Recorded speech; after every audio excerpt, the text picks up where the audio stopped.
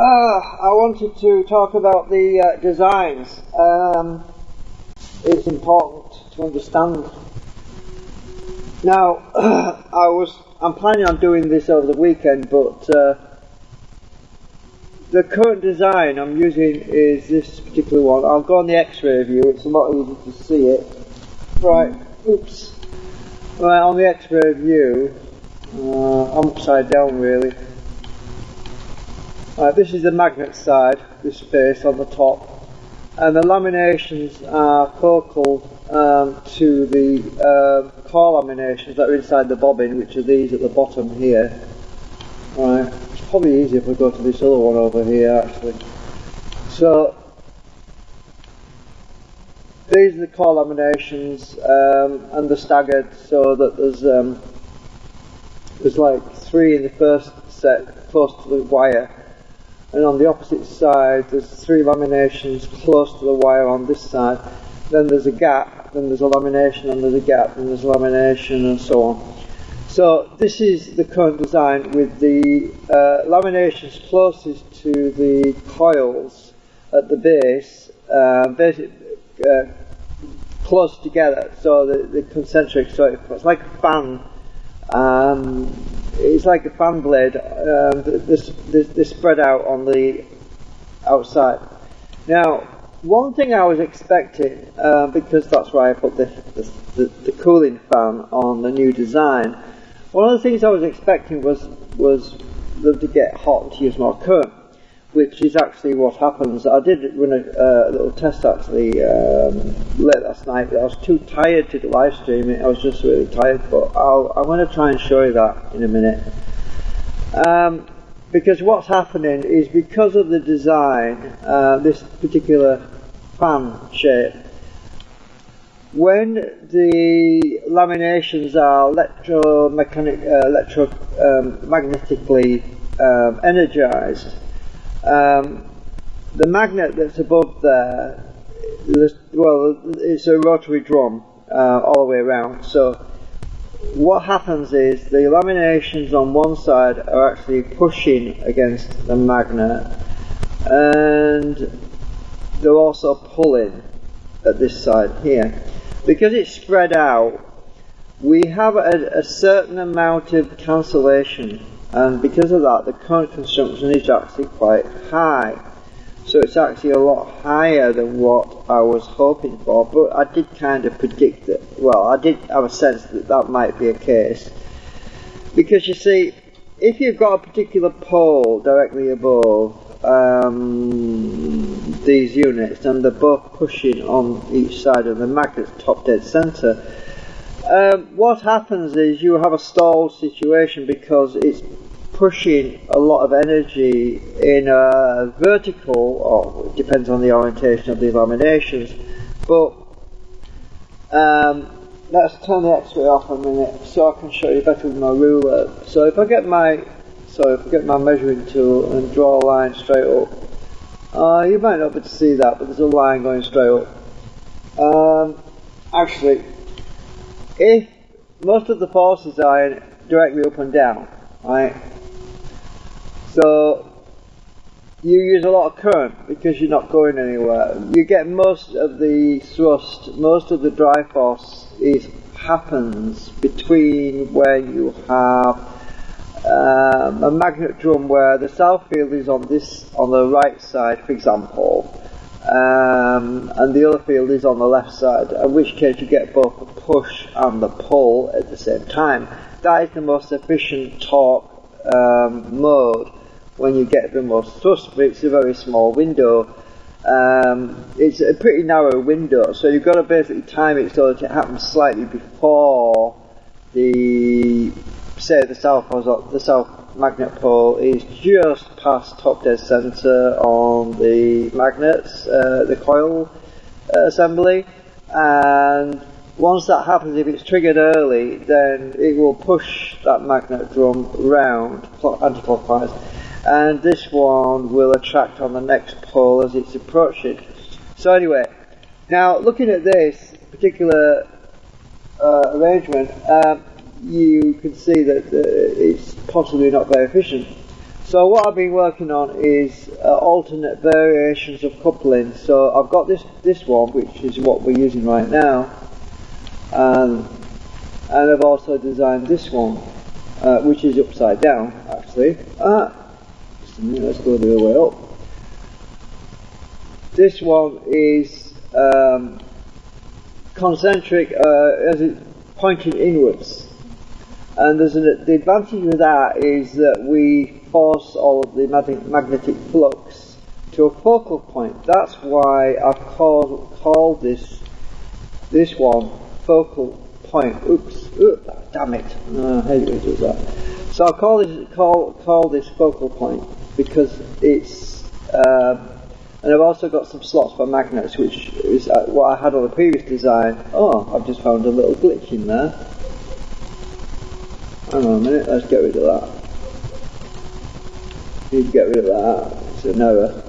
Right, didn't see that before. So, let me just make sure I haven't gone to erase something I shouldn't have done. Oh, it looks all good. All good. Right, so magnets, I'm going to be inserting magnets into these slots, and I'll explain that in a second.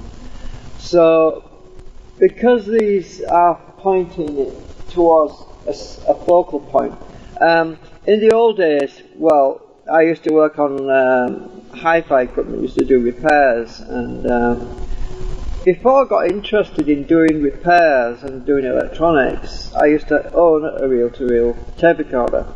Now, one of the fascinating things about reel-to-reels is because everything's so big and it's easy to see what's going on, and the record playback heads, for example, have electromagnetic, I think it's basically a horseshoe magnet, basically, but it comes to a point. So instead of if you imagine a horseshoe magnet type situation, where it goes like a big U, but instead of being straight vertically up on both sides, the two points come close together. When they come close together, that magnifies the magnetic flux in a very small area, and that is what they use to record the magnetic signal onto a magnetic recording tape. Now, this is why I was thinking about this particular design, because the flux is coming to a focal point. So the flux is coming up through these laminations and is coming to a sharp point in the middle. Now, there's an advantage with this, which means lower power consumption.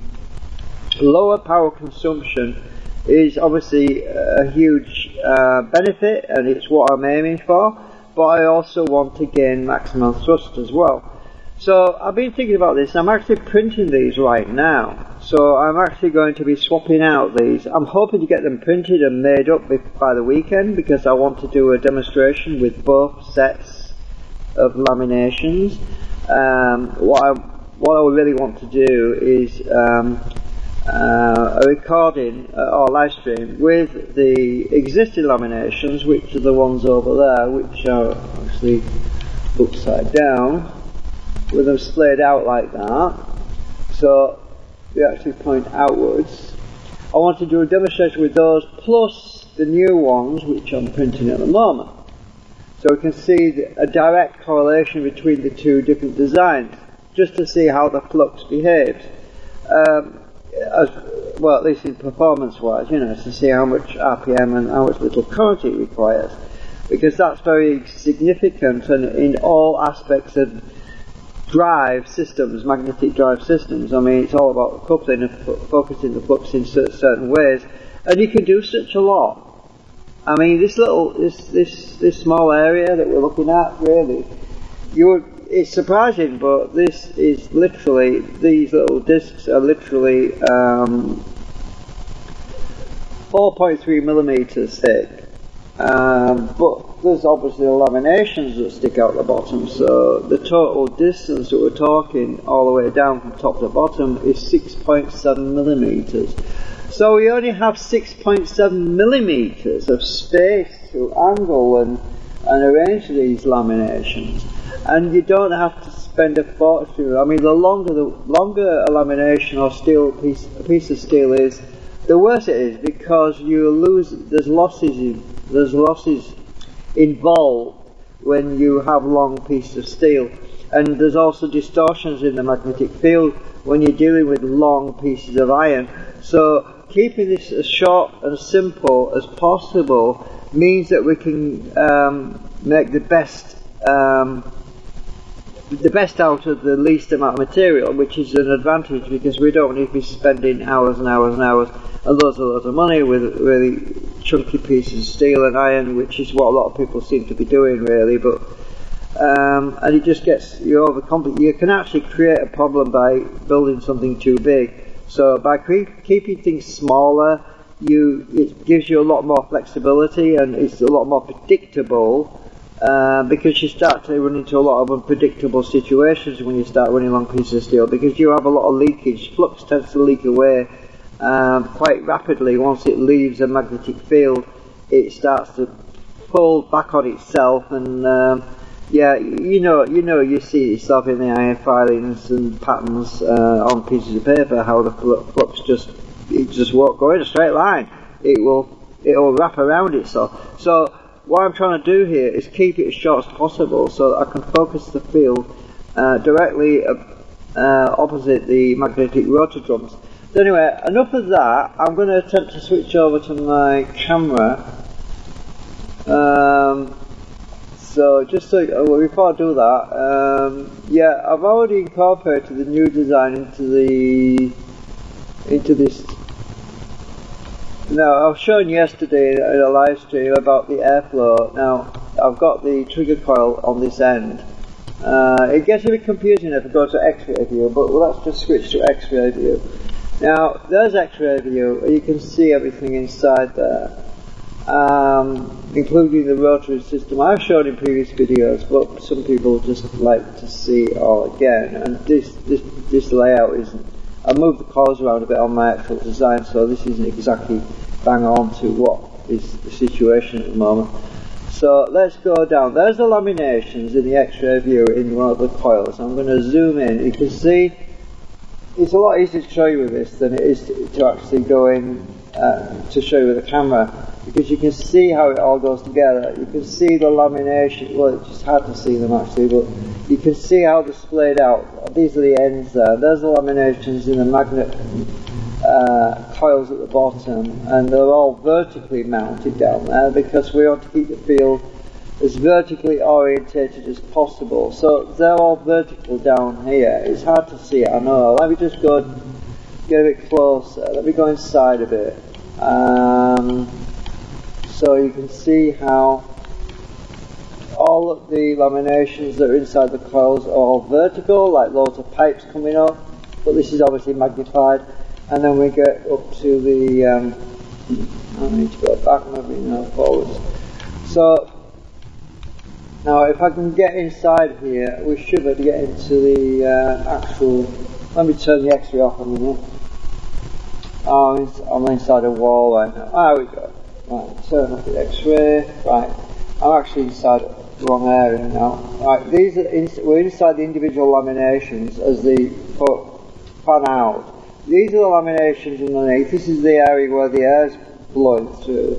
So the air's blowing through here, keeping everything cool, and the laminations are actually intersecting with the laminations at the bottom. So as the air blows, it keeps everything cool. I'm just going to zoom in a bit so I can go all the way down. So we're inside the coil section right here. This is at the bottom of the where the coil would be. So this is the top again, and then the flux is coming up through the laminations through here, and then it goes all the way up into. I need to put X-ray back on again. Right, then oops, wrong one. It's a shift key, and then that interacts directly with the magnetic rotor drums,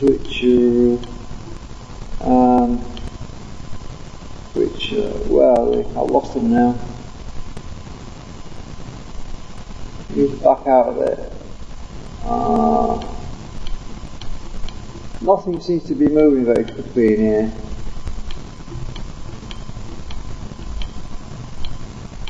So we're in X-ray, don't forget. The magnet drums Somewhere. I think that's it there. Missed it there. Come on, where are we?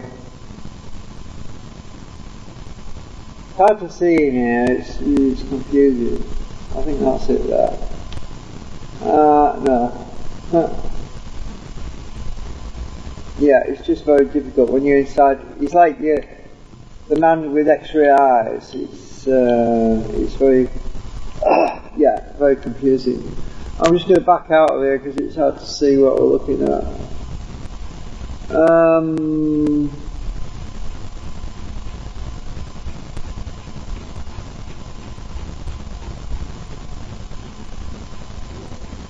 Oh, it takes forever. Well, anyway, the magnet drum's in the middle. And why can't I see it? I don't know why. I hope it's still there. Let me just try something. Let's just edit a minute. Edit group. Edit group. Edit group. Hide.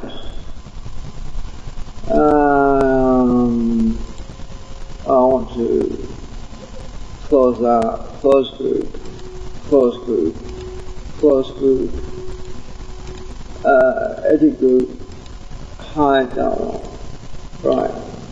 There's the magnet drums in the middle. Right, the purple one. So those are the drums that do the rotating. I've got this ring on there which I wanted to hide as well, but it's still there. This ring here. Edit group. Edit component. Hide that one as well. Right, that's better. You can see the guts of it now a little bit better. So those are the magnet drums with all the magnets in, and they go through the centre core, and then our actuator coils which are directly below it, and the distance between the actual laminations. Let's see if I can get this. I'll just stick my ruler on the drum here.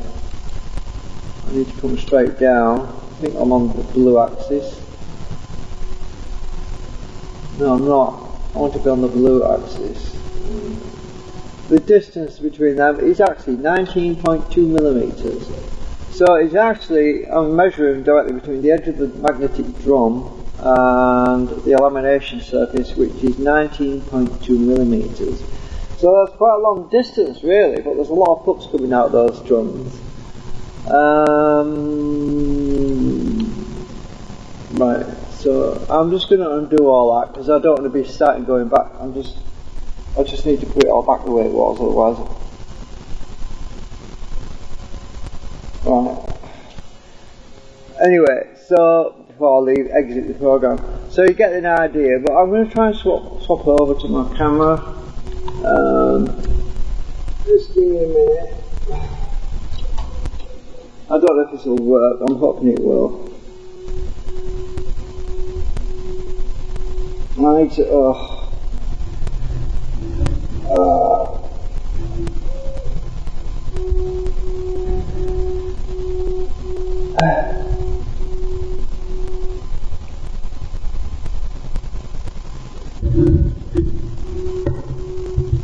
a minute. Oh, I'm boiling, I'm too hot.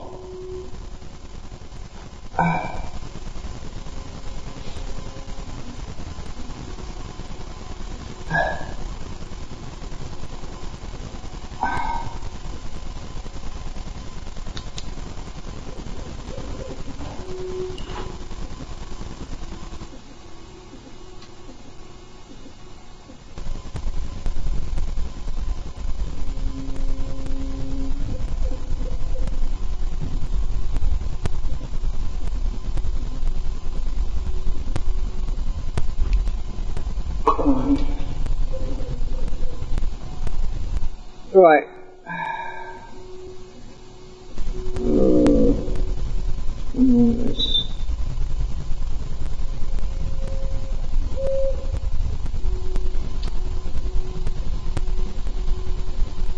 Right, I'm going to get my Streamlabs going on my phone.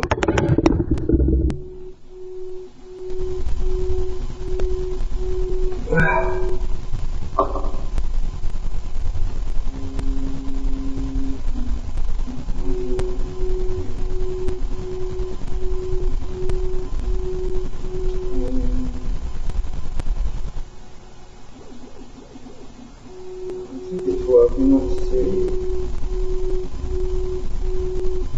Right, now if I kill this other stream, then it should switch over to my phone now.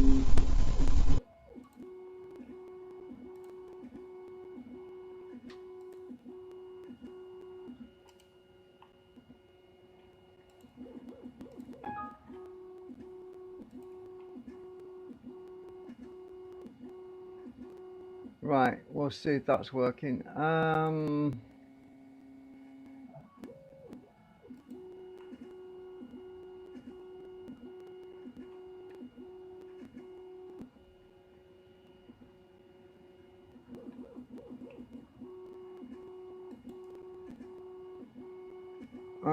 Just give us a second. I'm just going to check on my computer, see if it's actually streaming right now. Oh, this damn thing.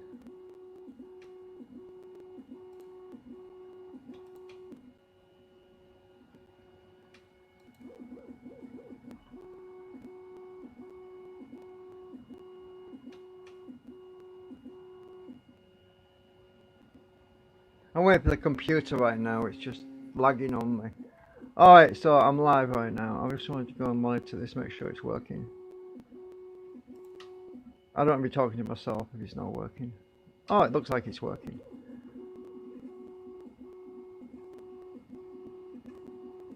Alright. I'm waiting for the computer right now. Okay, it's definitely working. Right. So I'm going to turn this on. I'll just turn the power on to this thing. I've got this text all over the blooming screen. I can't see a damn thing. Oh, what am I doing? So I'm going to get it to 24 volts. We're going to get the current. I'm going to set it in motion and see what we get. I've got to get my RPM meter connected up. Come here. I'm struggling with this wire. Trying to get this battery on here. Right, RPM's running. As I said, it's going to probably draw more current now because at the moment I'm going to have to start it with my little drill thingy because I've been trying to minimize the current consumption, and I know why. As I said, explained earlier. This is an awkward trying to do this all with one hand. It's not easy. Right, I'm just going to put my output current meter on. Get this going. I've got the fan going, by the way. So as you can see, the fans are running at the moment. It's all blurry on the so. It works pretty well. I'll just get this started. I want to do a proper comparison over the weekend. Oh, I haven't connected the thing up yet. Oops. I've got to put the starter. The drive circuit isn't powered up at the moment. I hate these clips. Ah, that one's come off now. Come here.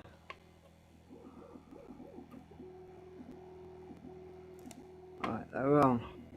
Blue LEDs are dim. Right, here we go. Let's start now.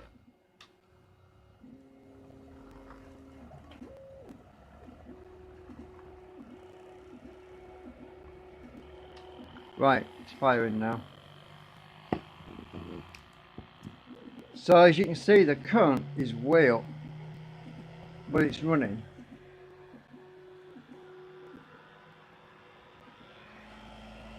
So we're actually using an amp. Look at that.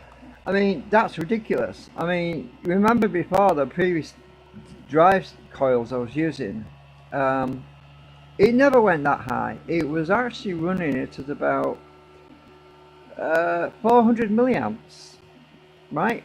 400 milliamps, and now we're checking an amp. So this demonstrates one thing, an important thing.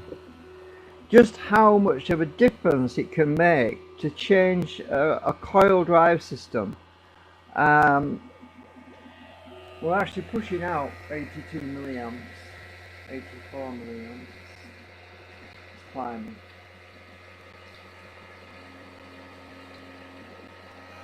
You can see the effect it has on designing coils and drive couplings and things like that, how it can actually eat more power. We're still climbing its speed at the moment.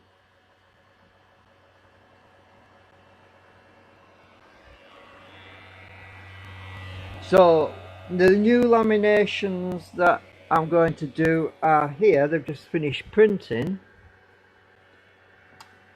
They're on the print bed. They've just this minute finished printing. And the magnets, as I was explaining earlier, are to aid with reducing consumption on power. We're flying right now, we're at 5,630 RPM right now. And we're pushing out 95.5 milliamps. I think we've hit the top speed, and the current input is dropped now to 880 milliamps. Now, isn't that interesting? 880 milliamps on the drive input at 24 volts, right? That is double the amount of current that we were previously using. Now, something else that's important and really interesting is the fact that the original coils that I was using that melted, let me just grab them because I put them on my windowsill. The original coils are here, and I actually melted them. They actually read 10 ohms. Well, the new coils read 10 ohms. So the actual DC resistance of the coils is exactly the same. And there's about the same amount of wire on these two coils. Same amount of wire on these two coils as I have on these 3 drive coils that are in there. So if we just put this on the meter, let me just get my multimeter.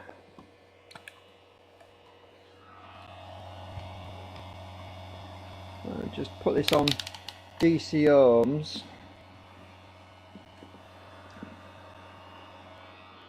Hang on a minute, I'm trying to clip these things on.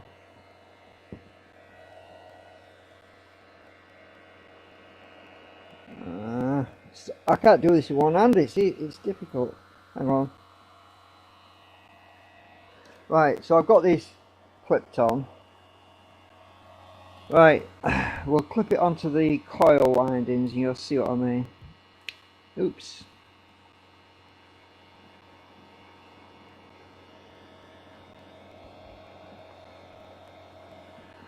Come here.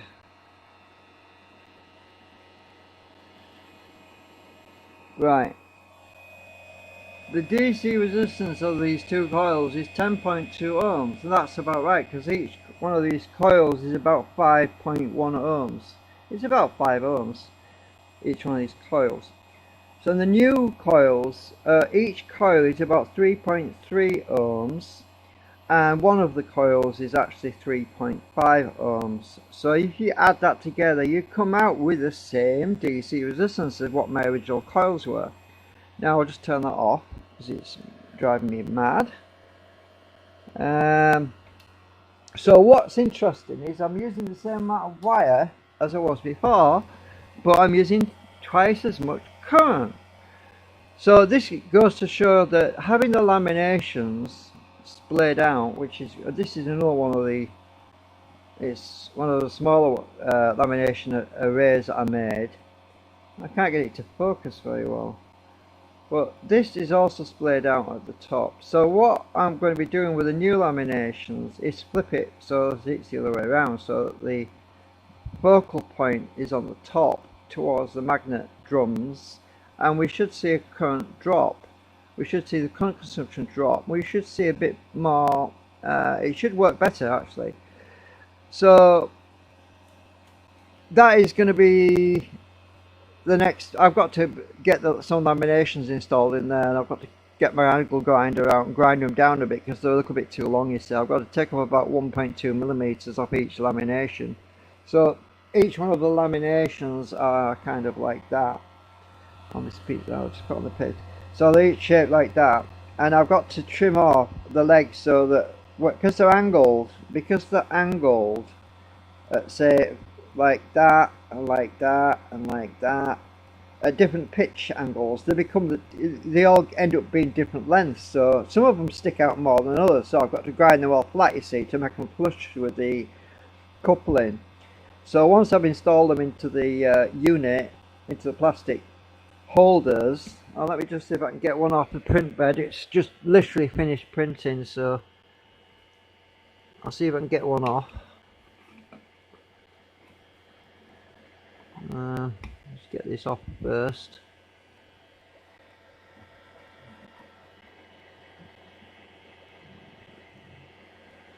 It's still hot.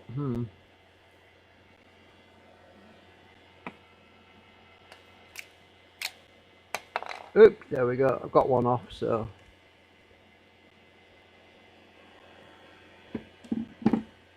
Right. There we go. That's what you saw in the SketchUp. Focal point. It's a bit rough looking right now. I have to sand it down and clean it up a bit. So the laminations go in these slots like this.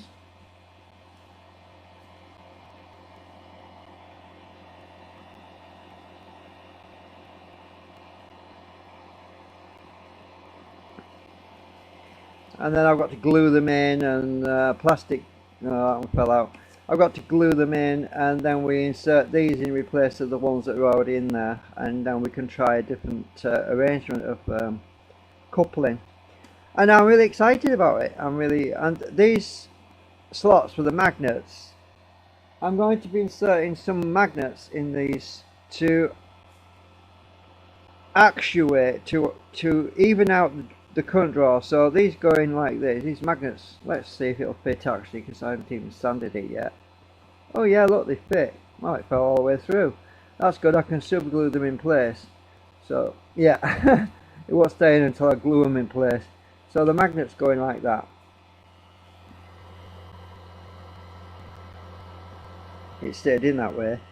That's good. So the magnets will go on each side of the laminations, so that this will give a little bit of, it'll help to balance the induction out a little bit. Get off with you. This bloody magnet won't let go now. I'm trying to get this in without the magnet sticking. Now once the lamination's in place, a few years ago I was doing some work on magnetic switching, which is when you apply a magnetic field to a piece of steel, the magnetic flux that's travelling from a static magnet through the steel can be actuated in such a way that when you subtract one field by electromagnet, the opposite field will be allowed to flow towards the rotors. So this is part of that work that I did to determine how much of a benefit that the magnets would be on the induction process, and they work pretty well actually. That's why I'm still using them. That's why they're all over the place in here. So they do work very well. They actually keep current consumption way down. So anyway, I wanted to show you that. Hopefully by the weekend I can get these knocked out, and then we can start to do some tests with both sets, you know. Well, as you can see at the moment, let me just make sure that fan's still running, because I don't want to melt anything. Yeah, it's still going. I tell you, it works really well. It does now cool things down. The amount of airflow that goes through there, it makes a big difference. Otherwise I would be melting stuff right now. At 840 milliamps, I'd definitely be melting stuff if I didn't have that fan on. So it's a godsend. Output current at the moment is down to 79.5 milliamps. Yeah, so it was interesting to try these new laminations with the focal thing on the outside, because it's obviously less effective, it's less efficient. So that means I need to go the other way. I need to have them focal inwards instead of outwards. So we'll do that. Thank you for watching. I hope I didn't make you dizzy with all moving around and everything.